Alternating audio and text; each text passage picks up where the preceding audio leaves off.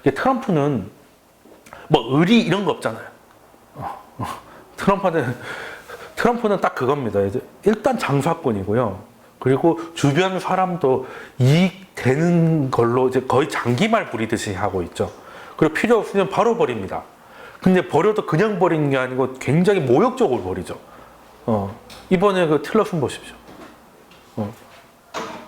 틸러슨의 성향을 알면 틸러슨은 굉장히 원칙주의자거든. 뭐든지 절차대로 해야 되고 전통이나 뭐 이런 걸 다 추구하는 양반인데 트윗으로 자기를 잘랐잖아요. 그래서 오죽하면 그 양반이 퇴임사에서 보통은 이제 그래도 뭐 보통 잘려도 그만둬도 그래도 그 함께했던 시간이 저한테 소중했다, 의미가 있었다 이런 얘기를 하잖아요. 근데 뭐 미국을 위해 일할 수 있어서 고마웠다 이 정도 얘기를 하는 거지. 트럼프의 T자도 안 나왔잖아요. 그리고 그러고 나서 이제 3월 30일 날 이게 끝나잖아요.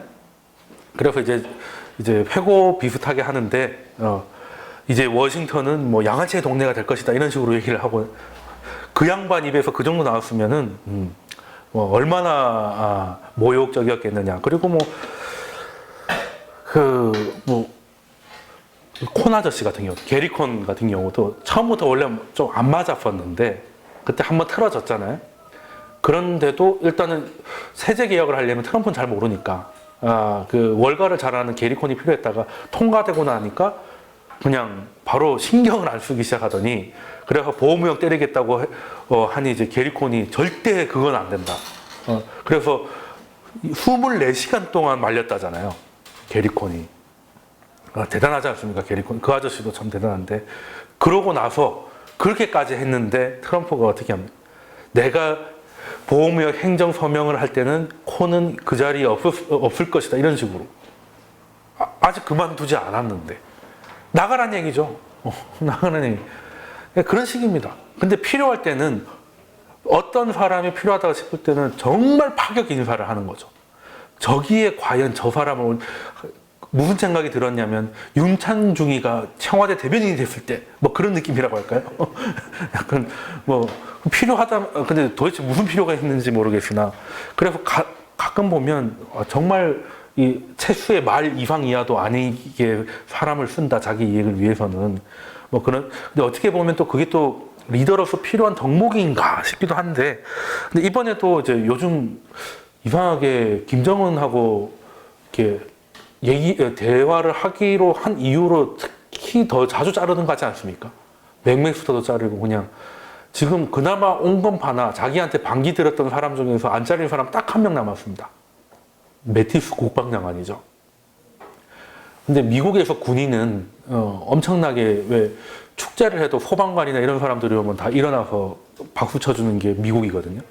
예, 우리는 이제 그냥 힘든 공무원이지만 미국은 이제 군인에 대한 거는 굉장하잖아요. 예, 그리고 이제 6.25 때 이후에 아직도 찾아가고 있지 않습니까? 예, 뭐 그런 곳인데 거기서 군부에서 엄청난 그 존경을 받고 있기 때문에 매티스는 함부로 못 자르긴 합니다. 근데 지금 매티스가 지금 밥도 혼자 먹는다는 말이 있어요. 다 그냥 딸랑이로 바뀌어가지고. 그래서 진짜 그 양반 같았으면 당장에 때려쳤는데 자기가 때려치면 어떻게 될지 알기 때문에 못 때려치고 있는 것 같아요. 매티스도 그런 것 같습니다. 틸러슨도 그랬습니다. 멍청이라고 했는데 그 말 취소하냐 끝까지 취소한다는 얘기 안 했죠. 트럼프 성격을 알면서. 그런데도 그만두지도 못했죠. 어떻게 될지 몰랐으니까. 근데 이번에 틸러슨 후임이 누굽니까? 폼피오 CIA 국장인데 이 양반은 CIA 국장 될 때도 말이 많았어요. 근데 그걸 넘어서 이제는 이제 국무장관이 되는 겁니다. 국무장관이 되는 건데 요때만 하더라도 진짜 딸랑이를 너무 좋아하는 거 아니냐. 폼피오는 나중에 그 언론 나와서 인터뷰 이런 거 보면 트럼프 말을 똑같이 합니다. 그냥 이뻐 죽을 것 같이 똑같이 합니다. 그래서 쟤는 그냥 이거 처세 대마왕인가 보다. 뭐 이 정도 생각을 했는데 생각이 좀 바뀐 게 이번에 맥메스터 그 대머리 아저씨가 또 잘리고 나와서 다음이 존 볼튼이잖아요. 이 아저씨는 비핵화가 꿈이 아닙니다. 2015년에 뉴욕 타임즈에다가 칼럼을 기고한 적이 있는데 그냥 체제 전복, 이제 북한을 없애자는 사람이에요. 그러니까 비핵화가 아니고 비북화. 그냥 그런 양반이 백악관의 국가안보보좌관으로 지금 내정됐어요. 지금 이 사람을 보고 깡말은 히틀러다 뭐 이런 얘기를 하거든요. 일단은 공화당에서도 부담스러운 사람이잖아요. 워낙 그냥 쌈딱이라 가지고. 그리고 이번에 내정되자마자 그럼 언론 인터뷰를 할 거 아닙니까? 아니 지금 2달도 안 남았는데 북미 대화가 2달도 안 남았는데 가장 중요한 안보 보좌관이면 이제 북한하고 어떻게 할 거냐고 물어볼 거 아닙니까? 바로 본론부터 들어가겠다 이라고 이제 본론이 뭐겠습니까? 그냥 비핵화할래 죽을래 이거거든요. 이게 그때 그 뉴욕 다우존스가 좀 빠진 날이 있는데 그때가 어떤 날이었냐면 아까 제일 처음에 슬라이드 있죠. 600억 달러에 대한 관세를 때린 게 그날이었습니다. 근데 때렸은 그 시간에는 그냥 증시는 가만히 있었어요. 왜? 다 알고 있었거든요. 한다고 하도 말을 안 해가지고 결국 한 해였어요. 그래서 주가가 그냥 옆으로 가고 있었는데 이 아저씨가 내정됐다는 소리와 함께 쭉쭉쭉 빠지기 시작한 거예요. 그리고 그 증거가 뭐냐면 우리나라가 위험해지면 한국 코리아 CDS 프리미엄이 올라가거든요. 한국 CDS 프리미엄이 치솟습니다. 이제는 협상이 없다는 거죠. 비핵하냐 죽을래냐. 이 양반이 가면 일단은 그냥 좋게 끝냅시다 하면은 이제 무슨 소리냐고 오늘 여기서 결판 내야 된다 뭐 약간 이런 스타일이거든요. 그러니까 미국에서도 이걸 보니 일단 트럼프가 김정은하고 일단 대화하기로 일단 받긴 받았잖아요. 근데 그 이후로 온건파들을 다 없애버렸습니다. 그러면 너무 잘 받아주는 것 같으면 김정은은 무슨 생각을 할까요? 희망을 가질 수도 있겠죠. 이미 만들어 놓은 거는 그냥 놔두고, 근데 열쇠로 해가지고 키는 미국한테 주던지 해가지고 일단 놔두고 그냥 더 이상 안 할 거니까 그냥 이거 핵 동결 이런 뭐라든지 꿈을 꿀 수도 있잖아요. 기왕 만나서 얘기를 할 거면 그래도 아무리 트럼프라도 면전에 대고 욕하긴 그럴 거 아닙니까? 그래서 이제 그런 것도 얘기가 좀 나오지 않겠냐 해서 한동안 한국 언론 중에서 일부에서도 김정은의 함정에 빠진 거 아니냐, 뭐 이렇게 다 만들어 놓고 동결시켜 놓고 핵은 핵대로 가져가고 뭐 이렇게 해가지고 우리가 거기서 거수기 하는 거 아니냐 뭐 욕을 했는데 트럼프가 생각을 그럴 여지를 만들 양반이 아니잖아요. 이 양반이 협상의 대가인데 그래서 자기보다 더 상또라이들만 배치를 하는 거죠. 그러니까 얘기가 안 돼. 지금 트럼프가 제일 온 건 봐요. 따지고 보면. 그러니까 이게 김정은을 일단 만나면은 이제 많은 기대를 내려놔야 되겠죠. 그래, 진짜 말로만 할 게 아니라 진짜 비핵화를 하는데 그럼 김정은은 얘기를 바꿔야 되겠지. 내가 진짜 비핵화 할 테니까 어떻게 나를 확실하게 체제 안전을 해줄 거냐. 그러면 뭐 이렇게 할 수 있다. 그걸 한 거고 지금 중국한테 가서도 비핵화 가능하다. 단계적 비핵화라고 했잖아요. 당장 비핵화하면 가자마자 파이널 것 같으니까 단계적 비핵화 가능하다. 거기서도 또 뭐라고 했습니까? 선대의 유훈이다. 이거는 김정일도 그 얘기했었는데. 그러니까 김일성일 때 그때 핵 개발한 나라들이 많아요. 김일성이 그걸 못 받겠습니까? 그냥 핵을 개발하면 어떻게 되는지 다 봤을 거 아닙니까? 그래서 아들내미한테 야, 핵은 개발하지 마 하고 돌아가신 겁니다. 덩샤오팽이 미국한테 100년 동안 개이지 말라고 돌아가신 거와 똑같이. 그게 선대 유훈이. 그리고 북한 입장에서도 지금까지 핵 만든다고 이렇게 고생을 했는데 갑자기 비핵화하면 좀 면이 안 서잖아요. 그러면 뭐예요? 아버님의 유훈이다. 대신 우리가 아버님의 유언을 받아들이니까 미국이 이렇게 우리한테 잘해주지 않느냐. 이렇게 국내 정치 그것도 되는 거고. 근데 비슷한 사례 있을 겁니다. 핵을 하는데 성공한 나라들을 몇 개 설명드렸어요. 파키스탄이라든지 아니면 중국이라든지. 그래서 지금 저는 북한이 중국 모델을 그대로 따라했다는 거. 그건 아예 양성일탄이라고 여러 번 설명드렸는데 하다가 만 나라들도 꽤 있습니다. 그게 어떤 식으로 핵 비핵화가 됐는지를 보면 지금 이제 시나리오를 몇 개 예상할 수가 있겠죠.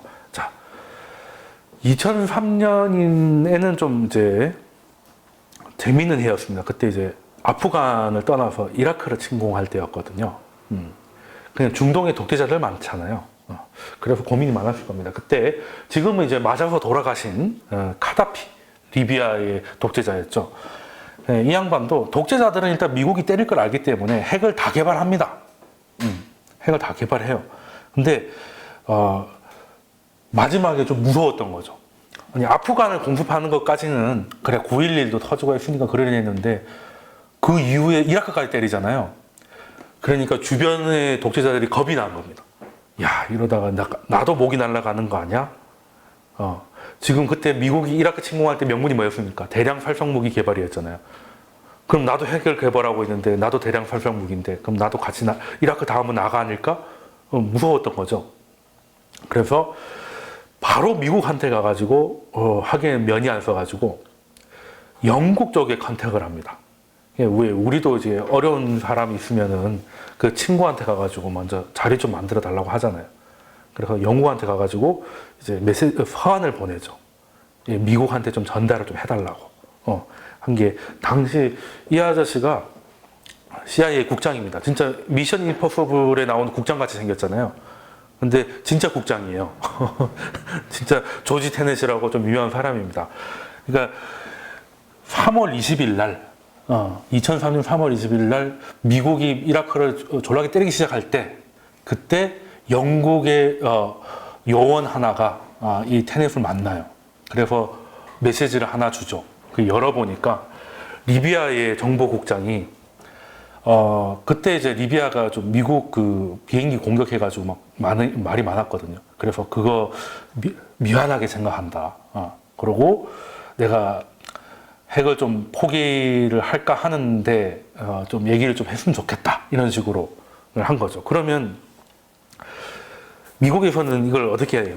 이게 진심인지 떠보는 건지 그게 중요한 거잖아요. 그래서 한 달 후에 백악관에 보고가 들어가고 영국의 MI6, 미국의 CIA 국장하고 그리고 리비아의 정보국장을 만나가지고 무사구사라고 그 셋이 몰래 만납니다. 몰래 만나가지고 나한테 할 얘기가 있다면서요. 이렇게 만난 거죠. 한 달 후에 만났는데 거기서 이 양반이 무사구사가 뭐라고 하냐면 핵 프로그램을 포기할 테니까 우리 그 체제의 안전을 영국과 미국이 좀 보장해 달라. 지금 뭐 김정은하고 똑같은 거 아닙니까? 그래서 일단은 이 정도까지 했으면 진심인 것 같은데 뭐 이렇게 되는 거죠. 근데 이게 국무 라인이 있고요, 정보 당국이 있어요. 근데 외교부에서 직접 움직이면은 이게 새어 나가거나 뭐 사실 확인하는 게 좀 문제가 있잖아요. 근데 정보부는 그냥 첩보 활동을 하니까 그냥 입 닫아버리면 되잖아요. 국가 보안, 안보에 관련된 거라고 말 안 하면 되잖아.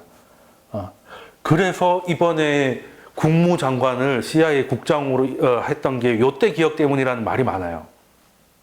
그러니까 일단은 CIA 국장이 일단은 정보 쪽이잖아요.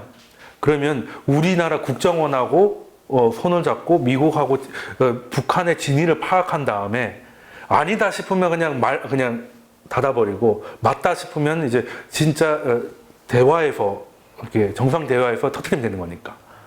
근데 정식 외교 절차를 거치면 눈에 너무 잘 띄잖아요. 그러니까 차라리 국무장관이 나서는 것보다, 국무장관이지만 CIA 국장이라서 CIA를 잘 아는 사람이 정보 라인을 돌리는 게 이때 리비아가 이런 식으로 했었으니까. 그런 얘기가 지금 있는데, 저도 이제 요거 보고 그냥 단순히 딸랑거려서 놓은 게 아니라, 딸랑거려서 놓은 건 CIA 국장이었고, 그리고 이제 필요해서 정보국장을 국무장관에 앉힌 거 아닌가 생각은 좀 들어요. 그냥 CIA 국장한테 시키면 되지 않나요? 근데 이 CIA는 정보만 다루잖아요. 북한하고의 뭔가 얘기는 또 국무 담당이잖아요. 그러니까 그 정보를 장악하고 있는 사람이 국무장관이 돼가지고 그냥 한꺼번에 일사천리로 하라는 거죠. 일사천리로 하라는 거고. 그래서 우리나라 언론에서 그런 얘기 좀 있었습니다. 차라리 국정원하고 우리나라 외교부가 아니라 국정원하고 얘기를 해야 되니까 차라리 더 잘 됐다는 말이 있고, 지금 주한미군 중에서도 대북 정보 대대가 있거든요. 거기 다 그쪽 라인이에요. 정보과 라인이에요. 예, 그래서 오히려 더 낫다는 건데, 그래서 일단 이 세 명이 만난 거를 부시 대통령하고 블레어 총리가 한테 보고가 들어갑니다. 리비아가 이렇다는데 어떻게 할까요? 근데 진심인 것 같다. 그래서 부시가 고민하다가 한마디를 한 게, 러시아가 국제사회로 복귀를 하려면 완전하고 검증 가능한 비핵화가 이루어져야 된다. 요즘 CVID라고 많이 나오죠. 그 개념입니다. 그거대로 가면 리비아를 이제 미국과 영국이 체제 보장을 하겠다. 공격하지 않겠다. 실제 공격하지 않았죠.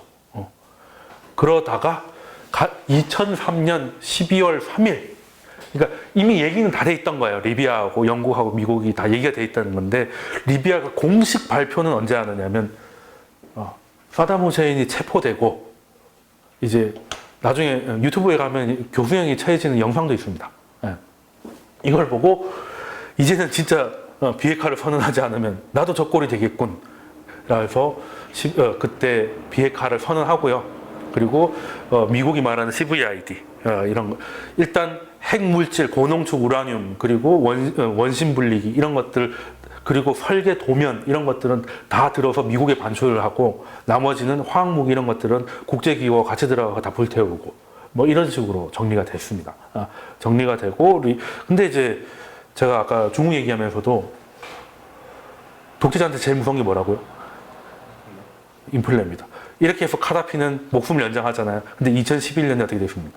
중동에 보면 폭동이 일어나서 길거리에서 맞아 죽죠. 그래서 독재자는 인플레를 정말 조심해야 됩니다. 근데 네. 선생님이 아까 굶어 죽는다 얘기하셨잖아요. 네. 선생님 얘기하신 것 같은데. 어떤 이 폭등이 일어나서 네. 식량가가 엄청나게 떠가지고, 2011년이요? 아니 그때 저 때도 그래서 저 때는 죽지 않은 그 카다피 네네. 그 축출될 때 카다피 추실 때 2011년 중동의 봄이었죠. 그때가 2차 양자 완화 얘기 나오면서 갑자기 달러가 약세로 급락을 1차 때까만 하더라도 금융위기가 왔으니까 하는 건 줄 알았는데, 2차가 되면 이제 3차, 4차 오지 말라는 게 없잖아요. 그러니까 달러 가치가 확 떨어졌었어요. 그래서 그때 유가도 상당히 많이 올라갔고, 뭐 밀가루, 설탕, 다 우리나라도 그때 물가 얘기밖에 없었습니다. 그러니까 그때 식량 위기가 리비아나 중동에 와서, 네, 맞아요. 그게 차라리 때리고 주자. 네, 그거 제가 얘기했던 거죠. 아, 그렇죠. 예. 그러니까 그게 이제 그 제스민 혁명이잖아요. 예. 그게 이제 원래 부글부글 하고 있는데 그런 일이 터지고 트위터에 이렇게 돌아다니고 하니까 이제 일어나가지고 중동이 보면 40 몇 년 동안 독재를 하다가 그때 일어난 거잖아요. 그래서 독재, 그 천안문 사태도 물가가 19% 올랐고, 부마 항쟁도 19% 오를 때였다. 사람들이 19%씩 성장할 때는 욕하고 넘어가요. 아까 말씀드렸잖아요. 욕하고 넘어가는데, 먹고 살기 힘든데 저런 게 나오면 이제 이 분노를 쏟아내는데, 민주국가는 선거라도 하죠. 우리는 탄핵을 했잖아요. 근데 독재는 어떻게 되냐면 끌어내려야 되잖아요. 근데 끌어내려다가 안 내리면 자기들이 진압당할 거니까 죽여야 되잖아요. 그렇게 된 거죠. 그러니까 보면 사실 미국보다 더 무서운 거는 이제 중동의 봄이 아니었나. 뭐 물가 상승이 이렇게 그 미국의 통화 정책이 이렇게 영향력이 컸다는 거 한 번 더 느끼고, 그래서 요때 이제 2003년 12월에 리비아가 핵무기 개발을 포기하면서 이제 국제기구에 즉각적이고 포괄적인 뭐 사찰도 수용한다 이렇게 해가지고 이제 마무리가 됐어요. 그래서 큰 문제 없이 넘어갔고, 그리고 예전에 구소련 때 핵무기 많았는데 소련이 붕괴돼서 이제 러시아하고 우크라이나 뭐 이렇게 카자흐에서 벌벌 됐잖아요. 근데 거기에 핵무기가 몇 개 있었어요. 특히 우크라이나에. 그래서 요거 어떡할 거냐 이것도 문제였거든요. 우크라이나는 어쩌다가 가졌는데 안 줘, 내 거야 이렇게 된 거죠. 또 개발하려면 빡시잖아요. 그리고 우크라이나가 이제 기름 많이 나는 동네라 시설이 꽤 많았거든요. 그래서 이게 미국 입장에서는 저 골치 아픈데라고 됐는데, 결국엔 어떻게 됐냐면 자기 거 아니었잖아요. 따지고 보면. 그래서 우크라이나는 그렇다고 뭐 체제 보장을 해달라 이게 아니라, 아니 이거 들고 가면 우리는 너무 손해잖아. 라고 됐으니까 그냥 러시아에 다 반납하고요. 그리고 관련 그 연구원들 다 재취업 시켜주고 고농축은 러시아에 주고 원전에 쓸 수 있는 저농축으로 바꿔줍니다 또. 그리고 이제 그 과학자들 이게 실업자 됐잖아요. 그래서 미국이 이제 기술 센터를 만들어가지고 거기에 이제 고액 연봉제로 만들어주고 이렇게 해가지고 여긴 되게 쉽게 갔습니다. 되게 쉽게. 그게 돈질한 거죠. 그냥 원래 주인 줘라. 갖고 있어 쏠 데도 없는데 뭐 하려고 이렇게 된 거고. 그리고 또 재밌는 건 남아공도 핵무기가 6발이나 있었습니다. 남아공도. 남아공 하면 이제 이 대통령밖에 생각이 안 나는데 여섯 발이 있었어요. 그래서 지금 핵발전소도 꽤 있거든요. 근데 거기는 그냥 야 필요도 없는데 가지고 있으면 우리는 너희를 살려줄 수 없다라고 하니까 그냥 없앴습니다. 폐기했어요. 남아공 왜 만들었어요? 글쎄요. 그러니까요. 왜 만들었을까요? 그래서 실컷 만들어 놓고 쓸 데가 없어서 폐기한 거 아닌가 뭐 이런 생각은 좀 들고 실제 이런 적이 또 있었고 그래서 그러면 이제 북한은 근데 요즘 다릅니다. 우크라이나는 원래 얻어 걸린 거고 소련이 만들었는데 창고가 하필 우리 동네에 있었던 거고 그리고 리비아는 알아서 눈치껏 그냥 포기한 거잖아요. 개발 도중에 지지친 거잖아요. 안 할게 된 거잖아요. 근데 북한은 약간 얘기가 다르죠. 일단은 핵무기는 만들었어. 근데 ICBM이 좀 애매해서 그렇지. 그래서 이걸 그렇다고 중국에 주기도 애매하고 이거 어떻게 해야 되냐. 근데 여기서 보면 아마 리비아하고 비슷하게 미국이 이제 핵심 시설 다 들고 가고 대신 그 예전에 했을 때 뭐 중수로 개발해주고 뭐 한다고 했거든요. 근데 미국이 약속을 안 지켰을 뿐이지. 근데 이제는 좀 증인 하나 더 세워가지고 뭐 한국을 세우든 중국을 세우든 해가지고 미국이 예전처럼 94년대처럼 배를 못 재게 좀 이렇게 하나 보는 눈을 하나 더 한 다음에 그러니까 맞바꾸는 거죠. 그러니까 북한이 지금 다른 거를 개발했어도 어느 정도 됐을 거 아니에요. 핵을 안 했어도 이제 그걸로 이제 물질적으로 바꿔주고 대신 그 고농축 우라늄이라든지 이미 개발된 핵무기 그리고 또 그 원심 분리기 같은 거 있죠. 이 추출할 수 있는 것들은 이제 미국에서 가져가는 거. 그리고 가져가기 뭐한 것들은 IAEA 같은 들어가서 그냥 같이 폐기하고 그리고 심심하면 이제 사찰할 수 있게 만들어주고 그러면서 종전협정 해주고 뭐 이렇게 되는 게 가장 좋은 그림이 아닐까 싶은데 일단 리비아 얘기를 조금 더 하면 전 재밌는 일이 있습니다. 리비아가 갑자기 핵무기 개발 프로그램 2003년 12월에 포기한다고 선언했는데 그러면 그 제일 놀란 나라가 이스라엘이었어요. 미국은 이미 들어서 알고 있었고 이스라엘은 개발하는지도 몰랐거든요. 몰랐는데 언제 개발하다가 이제 폐기까지 한다잖아요. 그래 깜놀해서 대우각성을 합니다. 아 내가 이스라엘 정보부들 다 떡 싸먹었단 말입니까? 뭐 이렇게 된 거죠. 그래서 주변에 이스라엘 주변은 다 적밖에 없잖아요. 사실은 주변에 핵무기 개발하는 놈을 찾아내보자 해서 이스라엘 샅샅이 뒤지기 시작해요. 얘네들이 또 일을 또 하려면 또 열심히 하잖아요. 그래서 찾아낸 게 실제로 찾아냅니다. 시리아에서 이거 무슨 뭐 쌀 창고 같은 이런 그러니까 들킬까봐 뭐 대공망이라든가 뭐 펜스나 경비원 없이 그냥 언덕 위에 있는 건물처럼 만들어 놓은 거예요. 근데 이걸 어떻게든 찾아낸 거죠. 이게 알키다 원자로라고 시리아 쪽에 있는 건데 이제 이스라엘이 요걸 보고 이걸 조져야겠다 생각을 한 거죠. 그런데 이게 어디까지 왔는지를 좀 알아야 되잖아요. 정보를 좀 이게 진짜 원자로가 맞긴 맞는 건지라고 해가지고 2003년에 시리아 원자력 에너지 위원장이 이제 이브람 오트만이라는 사람이 있는데 이 아저씨가 이제 IAEA 그 연례 회의가 있어가지고 거기 와 있었어요. 호텔에 묵고 있었는데 미션 임파서블처럼 방에 침투해가지고 노트북을 그대로 복사합니다. 우리는 그러다가 들켰잖아요. 우리는 들켰는데 여기는 안 들켰어. 그래서 노트북 하드를 그대로 복사해가지고 두고 갔더니 원자로가 100%고 원자로가 100%고 어디까지 와 있고 그리고 설계까지 그래서 이거를 박살내려면 어느 정도의 미사일을 쏴야 되는지까지 계산이 다 나온 거예요. 그래서 이제 조지자 이렇게 된 건데, 근데 혼자 그래도 그 다른 나라 공습하는 거기 때문에 쉬운 일은 아니잖아요. 그래서 이스라엘 영원한 친구 미국한테 얘기를 합니다. 우리 같이 때립시다. 네, 근데 미국이 이제 때리는 건 좋은데 자기한테 득이 안 되잖아요. 이스라엘은 적국이 인접한 적국이 핵을 개발한다니까 용납을 못 하겠는데 미국은 뭐 그래 뭐 왜 그런 걸 했대? 뭐 약간 이런 분위기인 거죠. 그래서 그 거절합니다. 공습을 거절합니다. 같이 하자고 하는 걸 거절해요. 이거는 부시 대통령의 그 선택의 순간이라는 자서전에도 나와요. 그래서 이스라엘은 약간 열받았지만 그래도 살려둘 수 없잖아요. 그래서 자기들끼리 스스로 해보자 했는데 이게 또 처음이었는데 81년도에 이라크 원자로 자기가 한번 또 때린 적도 있어요. 우리 그때 성공했잖아. 우리 할 수 있어. 라고 해서 작전명 아웃사이드 더 박스, 그 상자 박 이라는 작전이 이 실제 사진입니다. 이스라엘 방위군이 공개를 했어요. 왜 공개했는지 모르겠는데 공개를 했어요.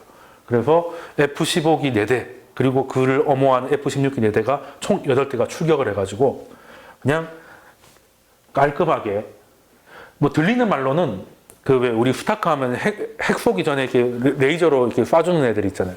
그 애들까지 갔대요. 확실하게 하려고.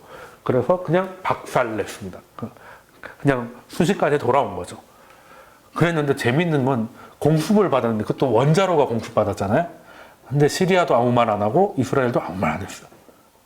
이스라엘 남의 나라 때린 거 욕먹을까 봐 가만히 있었고 시리아는 핵 개발한 거 들킬까 봐 가만히 있었어요.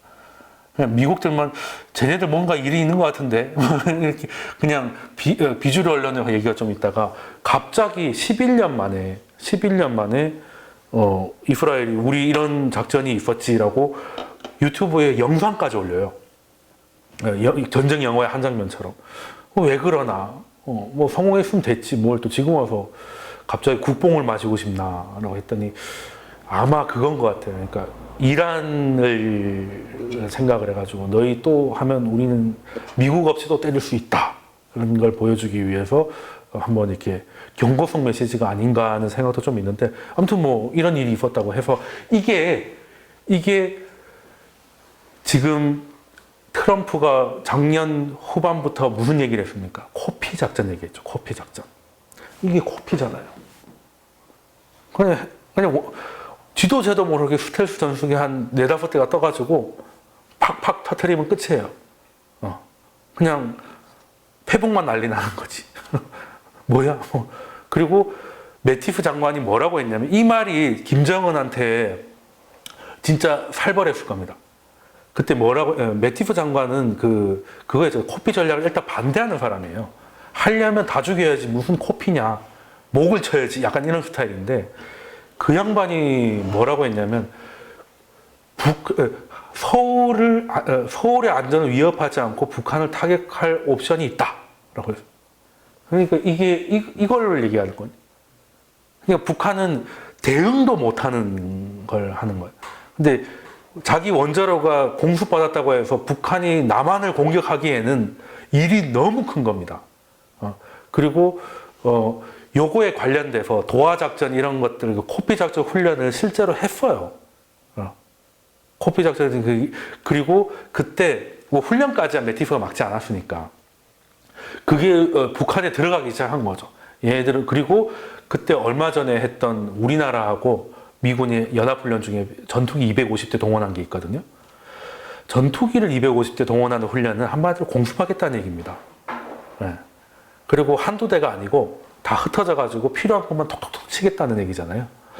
그러면 북한이 믿고 있는 건 아무리 자기를 때리면 우리가 장사정포로 서울을 때릴 거기 때문에 설마 우리를 못 때릴 거라고 하는데 쟤네들이 우리가 못할 거라고 알고 있다라는 거죠. 그러면은 이제 좀 생각보다 이게 좀 복잡해지는 문제고 그리고 문제는 그때 작년 하반기 때 그 트럼프가 한번 또 자주 경로를 하지만 한 게 그 옵션을 갖고 와라. 그러니까 행동 강령이죠. 코피 작전을 하면 이렇게 하겠다. 계획서를 갖고 오라고 했는데 그게 이제 참모들이 너무 부담스럽잖아요. 그러니까 북한 보기에는 너 좀 있으면 공격할 거 의미로 보이잖아요. 그래서 이제 그거를 매티스가 끝까지 거부를 하고 틸러슨도 이건 아니다 뭐 이런 식으로 해서 한번 대판 싸운 적이 있고, 그래서 그때 어떤 일이 있었냐면 다 매티스만 남고 다 나가라고 했어요. 그래서 그리고 그 공개 컨퍼런스였는데 다 끄고 독대했습니다. 국방장관 없이 군사적 옵션이 있을 수가 없잖아요. 그래서 얘기를 했는데 그때도 매티스가 죽어도 안 된다 해가지고 일단 넘어간 적이 있어요. 그런 것들이 김정은이 이제는 좀 움직여야 된다는 생각을 좀 하게끔 만들지 않았나 하는 생각을 좀 해요. 그래서 지금 뭐 일반인들은 잘 몰랐지만 아웃사이더 박스가 지금 얘기하고 있는 코피 전략의 모티브가 되지 않았나. 그리고 이를 반대하는 사람은 현재 매티스뿐인데 막말로 트럼프는 매티스도 뭐 못 자를 건 없겠다라는 생각을 하는 거죠. 그래서 지금 이제 저는 트럼프가 주변 그 대화를 앞두고 자기 측근들을 핵심 참모들을 이제 장기말처럼 부리면서 지금 메시지를 보내고 있다고 생각을 하는데, 자, 이 아주머니가 이제 그러니까 원래 CIA 국장이었잖아요, 폼페오가. 그래서 국무장관이 되죠. 그리고 그럼 CIA 국장은 공석이 되는데, 이 아주머니가 뭐 하는 아주머니냐면 예전에 뭐 이렇게 CIA에서 좀 담당을 하다가 물고문이나 뭐 고문에 좀 그 조장을 했다는 의혹을 많이 받는 사람이에요. 생긴 거는 좀 그냥 동네 아줌마 같이 생겼는데 되게 무섭게 생긴 아줌마입니다. 지나 에스펠이라고. 그래서 이거는 제가 볼 때 어떻게든 물고문을 해서라도 정보를 캐내라는 뜻인가? 생각도 좀 들고, 사실 그렇잖아요. 그리고 북한하고 한국의 국정원하고 파트너를 맺기 위해서 정보 담당자를 지금 실제 아까 리비아는 먼저 얘기가 됐었잖아요. 근데 이제는 트럼프가 대화를 하겠다고 해버렸잖아요. 그럼 CIA가 가는 것보다 국무장관 가는 게 맞아. 어차피 다 아니까. 근데 그 CIA하고 우리나라 국정원하고 파트너니까 차라리 연결이 잘 되게끔 아예 역할을 그렇게 해서 북한의 진짜 진위를 파악해라. 그리고 북한한테 희망을 주지 마라. 그냥 체제 정복이 답이다. 뭐 이런 얘기를 하고 있으니까. 그리고 얼마 전에 또 CNBC에 인터뷰 있었는데 그 얘기를 하더라고요. 북한이 비핵화를 하겠습니까? 라고 앵커가 물어봤어요. 이 양반은 뭐라고 했냐면 비핵화를 해야 됩니다. 뭐 협상을 통해서 이끌어내야죠. 이게 보통 정석이잖아요. 당신 같으면 그렇게 힘들게 만든 핵무기를 포기할 것 같냐? 나는 안 할 것 같다. 그럼 이 말은 뭐예요? 북한은 죽여야 된다는 얘기밖에 안 되는 거잖아요. 이런 사람이 이제 있으니까 이제 김정은도 종신보험을 들어야겠다. 죽을 수도 있겠다라고 해서 중국에 가지 않았나 하는 생각을 좀 하고 있고요. 이게 딱 보면 그때 리비아 모델을 비슷하다고 했는데 딱 그렇습니다. 여기 영국을 끼고 CIA 국장이 이 둘이서 미국하고 영국이 서로 같이 들어가서 미국이 바로 가기 그러니까 영국에 가서 진위를 확인하고 진심이라고 얘기를 하니까 이제 비핵화 협상이 들어간 거야. 컨택은 여기로 들어갔고 아까 설명드린 대로. 그러면 북한이 우리나라에 먼저 사인을 보냈잖아요. 그러면 또 우리나라 국정원이 CIA 가가지고 또 북한이 이러이러한 해서 이러이러한 얘기를 할 것 같아요. 라고 하면 오케이 받았으면 이제 그걸 보고를 받았던 국장이 국무장관이 돼서 트럼프하고 같이 김정은을 만나는 거죠. 그래서 비핵화 협상에 들어가는 게 좋은 그림이 아닐까 하는 생각을 좀 합니다. 하고 그래서 참 사진 힘들게 구했습니다. 그래서 예. 트럼프의 영모수가 협상력은 뭐 하루 이틀이 아니죠. 이 양반은 협상은 딴 건 몰라도 협상하고 돈 버는 데는 짱입니다, 정말로. 일단은 우리가 뭐 물건 살 때 뭐 정찰제가 아닌 데 많잖아요. 시걸 장터라든지 뭐 이런 데는 보통 뭐 얼마쯤 합니까? 라고 하면 제대로 대답 안 하는 사람들이 좀 있어요. 뭐 주고 싶은 만큼 줘라, 뭐 이런 식으로. 그럴 때는 뭐라고 해야 됩니까? 뭐 2만 원에 살 수 있을 것 같으면 한 5천 원 때려야 되는 거죠. 일단 모르겠으면 세게 던지는 거예요. 그래 가라 그러면 10,000원 드릴게. 그래도 막 바가지를 집어 던지고 15,000원 드릴게. 뭐 이렇게 되는 거잖아요. 그러니까 지금 트럼프는 전형적으로 그거거든요. 소래포구에서 회수할 때 좋은 전략입니다. 물론 거기는 내공이 그 파시는 분들이 더 대단해서 우리가 당하기가 쉽지만 일단은 가격을 잘 모르고 할 때는 세게 던지고 양보를 이끌어내는 게 맞거든요. 그래서 일단은 트럼프니까 자기를 공격할 수도 있지만 미국의 장기적 이익을 훼손시켜서라도까지 자기의 필요에 의해서 북한하고 종전협상, 평화협상을 할 수 있는 것 또한 트럼프다. 김정은이 이걸 읽었고 지금 북한의 내부적인 거는 일단은 장악은 끝났어요. 여기서 비핵화 한다고 해가지고 흔들리지는 않을 것 같아. 근데 경제가 이제는 뭔가 시즌2로 넘어가야 되니까 이제는 움직이는 것 같고 이게 그 강의 때도 한 두어 번 얘기했는데 한 번 더 얘기한 이유가 키신저가 이 얘기를 했어요. 트럼프의 스타일이 북핵 해결에 도움이 된다. 이거 보고 이 생각이 맞을 가능성이 높겠다는 생각이 들어서 오늘 강의에도 한 번 더 말씀을 드리는 겁니다. 그래서 트럼프는 전쟁도 혹은 원사 타결도 둘 다 가능하다는 거죠. 힐러리였으면 무기 팔기 위해서 더 끌었을 가능성이 있습니다. 왜? 북한의 진위를 더 확인해야 된다. 이런 식으로 나왔을 수 있죠. 근데 트럼프는 그냥 나중 문제고 내가 중요한 거니까. 근데 대신에 또 트럼프가 또 대단한 게 북한에서 한동안 이제 동북아가 조금 안전해 좀 훈훈해질 것 같으니까 이제 슬슬 중동 때리죠. 이란을 다시 악의 축으로 몰기 시작합니다. 그래서 사우디가 한동안 미국하고 등지는가 싶더니 다시 미국 편을 들기 시작했어요. 그리고 이스라엘도 그걸 보고 이란이 열받아서 핵 개발할까봐 너 개발하면 나라도 나서서 죽일 거야라고 저걸 발표하지 않았나. 그래서 이제는 트럼프의 중반을 넘어가면 오히려 동북아보다 중동이 더 뜰 것 같다. 그러니까 예전에 뭐 걸프전 터지고 이라크 전쟁할 때는 한창 중동이었다가 그때는 한반도는 좋았잖아요. 그 2차 남북 회담하고 좋았잖아요. 개성공단 시작하고 막 좋았는데 그게 중동이 이제 오바마 때 이란 핵 제재가 풀리고 경제 제재가 풀리고 좀 좋아지니까 우리 북한 쪽이 또 난리가 났잖아요. 그러니까 뭐든지 한 곳에서는 장사를 합니다, 미국은. 근데 이제 그 판을 중동으로 옮기는 것 같다는 느낌을 받고 있어요, 저는. 그리고 여기에는 중동으로 가져가야 되는 이유가 뭐냐면 이것도 중국 조직이에요. 지금 중국이 왜 미국의 심기를 건드렸나 하면 뭐 합작이나 지적재산권 짝퉁 뭐 이런 것들은 하루 이틀 문제가 아니었거든요. 근데 왜 지금 우익들이 움직이느냐면 미국의 전통적 우익들이 제일 중요하게 생각하는 거를 중국이 도전하기 시작한 거예요. 뭐겠습니까? 그렇죠. 원유 선물 시장, 위안화로 된 원유 선물 시장 시작하겠다는 겁니다. 자, 이란이 제재를 왜 받았습니까? 달러 외에 다른 돈도 받는 원유 시장을 개발하겠다고 하다가 두드려 맞은 거잖아요. 그거 표면적인 건 핵 개발 안 한다는 거였고, 그래서 핵 개발 안 하는데 핵 개발 하나 때리니까 열받아서 진짜 개발을 하기 시작한 거였고요. 그러다가 이제 안 되겠으니까 포기하고 다시 나온 건데, 지금 이 키신저가 그 사람이잖아요. 그냥 원유가 중요하니까 원유를 달러로 결제하게끔 만들어라. 그거였잖아요. 그런데 거기 미국의 핵심 이익이거든요. 달러가 아무리 찍어도 더럽고 앵꼬어도 쓸 수밖에 없는 게 우리는 수출 주도 국가고 수출을 하려면 원자재를 수입해가지고 만들어서 팔아야 되잖아요. 근데 원자재를 살 때도 달러가 필요하고 수출하면 달러가 들어와요. 그러니까 계속 달러를 쓸 수밖에 없잖아요. 미국 입장에서 얼마나 좋습니까? 근데 이거에 도전한다는 거는 원자재에 달러 외에 돈을 쓸 수 있게 만드는 건데, 자, 그러면 선물 시장이 만들어진다는 거예요. 원유 선물 시장. 근데 선물이 왜 있는 겁니까? 선물이 왜 만들어졌어요? 선물의 첫 번째 목적. 해칭이죠, 해칭.